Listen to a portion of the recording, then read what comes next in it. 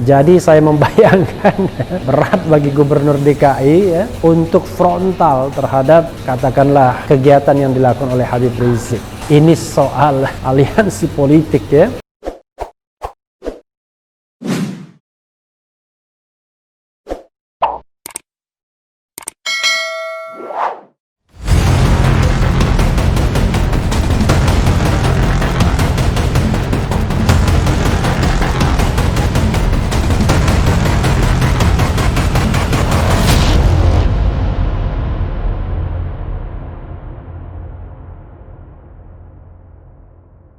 Assalamualaikum warahmatullahi wabarakatuh, Sobat RH sekalian.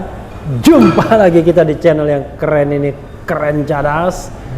Kali ini saya mau menguber berita yang menarik ya. Nah, ini soal gambaran perseteruan pusat dan DKI mungkin ya. Ini masih buntut dari kegiatan Habib Rizik Syihab. Sebagaimana dilansir oleh cnnindonesia.com, Anies bandingkan pengawasan kerumunan Rizik dengan pilkada. Jakarta, CNN Indonesia. Gubernur DKI Jakarta Anies Baswedan menyatakan pemerintah Provinsi DKI Jakarta telah mengingatkan pemimpin Front Pembela Islam FPI Muhammad Rizik Syihab terkait kerumunan beberapa waktu lalu. Langkah itu menurut Anies dibuktikan dengan surat peringatan yang dikirimkan oleh Wali Kota Jakarta Pusat Bayu Megantara. Jadi Pemprov DKI Jakarta bekerja berdasarkan peraturan yang ada. Ketika kita mendengar kabar ada sebuah kegiatan, maka secara proaktif mengingatkan tentang ketentuan yang ada, kata Anies di DPRD DKI Jakarta berdasar rekaman yang diterima Senin 16 November. Jadi, kalau kemarin Wali Kota Jakarta Pusat mengirimkan surat mengingatkan bahwa ada ketentuan yang harus ditaati dalam kegiatan-kegiatan dan dilakukan oleh Jakarta, sambung dia. Anies lantas membandingkan langkah tersebut dengan upaya pemerintah daerah lain. Ia mengklaim belum ada pemerintah daerah yang melayangkan surat peringatan untuk mencegah kerumunan. Misalnya, kata dia, ketika terjadi kerumunan saat helatan pemilihan kepala daerah pilkada. Anda boleh cek wilayah mana di Indonesia yang melakukan pengiriman surat mengingatkan secara proaktif bila terjadi potensi pengumpulan, tutur dia. Jangan sampai kemudian nanti ada backdated, ada surat peringatan yang tanggalnya mundur. Anda lihat pilkada di seluruh Indonesia sedang berlangsung. Adakah surat resmi mengingatkan penyelenggara tentang pentingnya menaati protokol kesehatan? Itu pertama, lanjut Anies lagi. Sementara kata Anies, pelanggar protokol kesehatan di ibu kota langsung ditindak dalam waktu kurang dari sehari. Menurut dia, itu membuktikan bahwa aturan hukum masih berjalan di Jakarta. Kalau masih berjalan itu berarti di daerah lain mungkin tidak berjalan ya. Ketika terjadi pelanggar atas protokol kesehatan, maka pelanggaran itu ditindak sesegera mungkin dalam waktu kurang dari 24 jam. Pemprov DKI Jakarta menegakkan aturan, artinya yang melanggar ya harus ditindak. Itulah yang kita lakukan, jelas dia. Ia juga menyinggung ada banyak aktivitas kerumunan namun tidak ditindak, meski tak menjelaskan detail. Sedangkan yang terjadi di Jakarta, penindakan langsung dilakukan. Itu sebab menurut Anies, Jakarta masih menjalankan pengawasan sesuai aturan. Jadi, yang dikerjakan adalah sesuai dengan ketentuan peraturan yang ada dan itu fungsi dari pemerintah. Pemerintah menjalankan sesuai dengan ketentuan-ketentuan yang diatur di mana? Ada peraturan gubernur dan itu menjadi rujukan, tutup dia. Sebelumnya, Gubernur DKI Jakarta Anies Baswedan menerima pelbagai protes lantaran dianggap membiarkan kerumunan imbas kegiatan Rizik Syihab. Pada Sabtu 14 November lalu, Rizik menghelat acara akad nikah putrinya bersamaan Maulid Nabi di kawasan Petamburan, Jakarta Pusat. Kegiatan ini mengundang kerumunan. Beberapa peserta juga terpantau tidak menjalankan protokol kesehatan, seperti abai terhadap penggunaan masker yang tepat dan ketentuan menjaga jarak. Pada akhirnya Rizik pun didenda sebesar 50 juta rupiah atas sanksi pelanggaran protokol kesehatan. Kasatpol PP DKI memastikan Rizik sudah membayar denda tersebut. Luar biasa ya. Jadi sobat RH sekalian, memang kalau aturan dan politik berkelindan memang susah ya. Jadi ada 3 aspek yang kita harus garis bawahi. Pertama adalah sanksi administratif. Jadi yang namanya peraturan gubernur tidak bisa membuat sanksi selain sanksi administratif. Nggak mungkin ada sanksi pidana. Perda saja itu bisa membuat sanksi pidana tapi hanya 6 bulan. Undang-undang bisa, tetapi kan penegakan hukum undang-undang harus melalui proses penegakan hukum, law enforcement. Harus ada yang namanya penyelidikan, penyidikan, penuntutan, dan kemudian juga vonis pengadilan. Inkra berkekuatan hukum tetap barulah bisa vonis penjara. Dan itu pasti bertele-tele kan. Tapi karena ini kelasnya peraturan gubernur, maka sanksinya adalah sanksi administratif. Dan penegakannya ya memang hanya diberikan denda seperti itu. Ya ada hukuman disiplin misalnya ya kalau dia pegawai. Mungkin sanksi-sanksi lain, tapi ini di luar pegawai. Sebenarnya ada sanksi yang sudah diberikan kepada Kapolda Metro Jaya, yaitu sanksi mutasi pemberhentian. Karena dianggap abai. Nah itu adalah jenis sanksi administratif. Itu satu hal.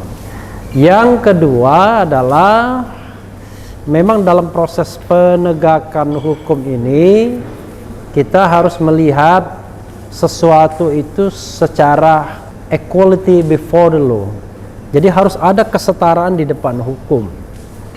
Kalau suatu kegiatan harus ditindak, maka kegiatan yang sama pun juga harus ditindak. Nah ini yang susahnya adalah sobat era sekalian, kadang-kadang kita ini tidak konsisten dalam proses penegakan hukum atau law enforcement.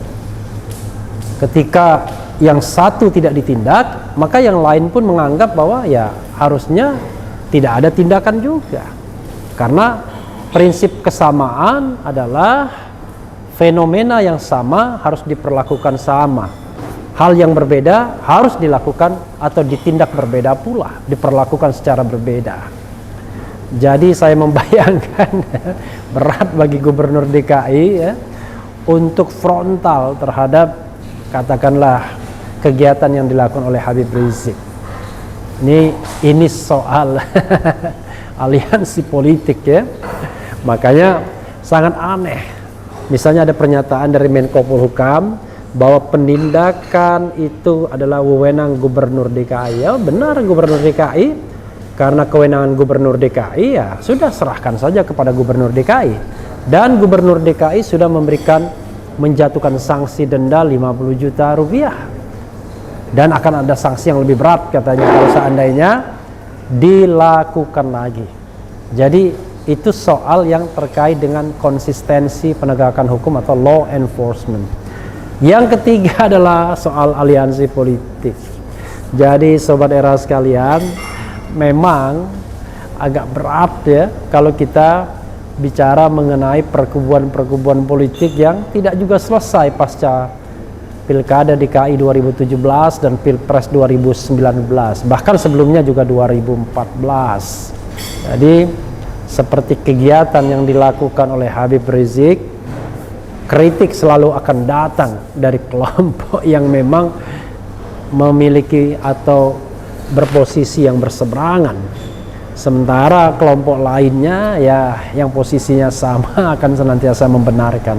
Sama seperti kasus dengan seseorang ya, yang dianggap menghina lalu dibalas juga dengan kata-kata yang kurang lebih juga keras, dan akhirnya barangkali akan berujung dengan proses adu mengadu.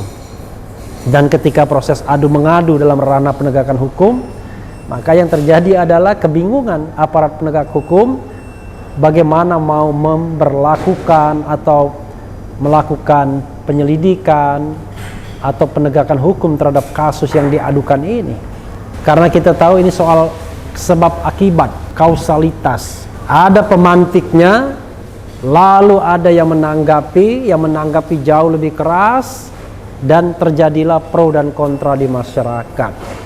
Jadi sobat era sekalian, memang tidak mudah ya. Kalaupun kita sering mengatakan hukum harus tegas kepada siapapun dan lain sebagainya, tetapi ketika terjadi implementasi di lapangan, maka yang terjadi adalah hal yang tidak mudah.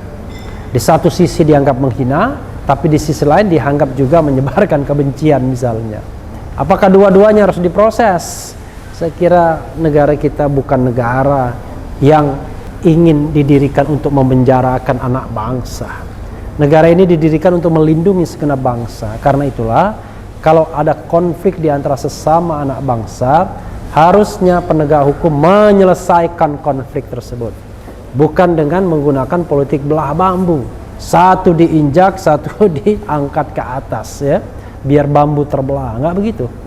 Jadi dua-duanya harus diperlakukan secara setara, seimbang, dan bila perlu ya tidak usah diperpanjang melalui jalur yang berbelit-belit, cukup dilakukan rekonsiliasi. Toh kita bangsa yang sesungguhnya punya budaya untuk saling memaafkan. Nah, jadi saya juga heran kepada bangsa kita ini ya, kita semua, sejak kapan kita menjadi bangsa yang saling mendendam, saling memaki, saling mencaci ya? Hanya karena soal-soal pro dan kontra dalam hal politik. Apalagi masih jauh pilpres ya. Jadi keterbelahan masyarakat itu tidak boleh dipelihara secara permanen. Tapi fungsi menjalankan kritik itu bukan berarti kemudian berpikir tentang keterbelahan. Itu adalah bagian dari kontrol masyarakat. Tapi saya mengajak, kontrol itu harus dilakukan kepada pemegang kekuasaan. Sekali lagi, pemegang kekuasaan, bukan kontrol sesama masyarakat. Jadi kalau kita masyarakat, maka kita berhadapan dengan aparat dalam hal penertiban dan lain sebagainya. Tapi antara masyarakat secara horizontal tidak seharusnya dibiarkan untuk bentrok oleh aparat, atau misalnya aparat melindungi satu kelompok dan membiarkan kelompok lain atau memproses kelompok lainnya. Jadi sekali lagi sobat era sekalian, mudah-mudahan sebagai bangsa kita produktif untuk hal-hal yang memang harus produktif. Daya nalar, daya kritis dan lain sebagainya harus ditingkatkan. Tapi kebiasaan untuk mencaci maki, untuk menyindir, untuk membenci dan lain sebagainya, harusnya hal tersebut diakhiri. Jadi masing-masing kita menggunakan media sosial secara lebih bertanggung jawab. Tidak dimaksudkan untuk menghina, tetapi menjadi alat kontrol. Dan saya kira kalau kita bicara mengenai penghinaan dan kritik itu mudah sekali membedakan. Misalnya forumnya. Kalau forumnya misalnya forum diskusi ilmiah, forum tanya jawab dan lain sebagainya, ya paling tidak dari awal terlihat bahwa itu menjalankan fungsi kritik. Tapi kalau forumnya misalnya mendengarkan lagu sambil joget-joget, lalu seperti mengeluarkan ekspresi menghina, itu kan terlihat betul sesungguhnya. Ya tapi sudahlah, mudah-mudahan hal seperti ini direkonsiliasi saja agar penegak hukum pun tidak sibuk untuk menyelesaikan soal-soal yang sebenarnya tidak terlalu penting seperti ini. Sobat era sekalian, yang penting tetap di channel ini, karena di channel ini Anda akan dirayu, ditipu, dibaperin, dicecar, diuber pula di jalur khusus. Karena channel ini adalah channel yang mengancam, memeras dan membenci. Jangan lupa subscribe, like, comment, and share. Ciao.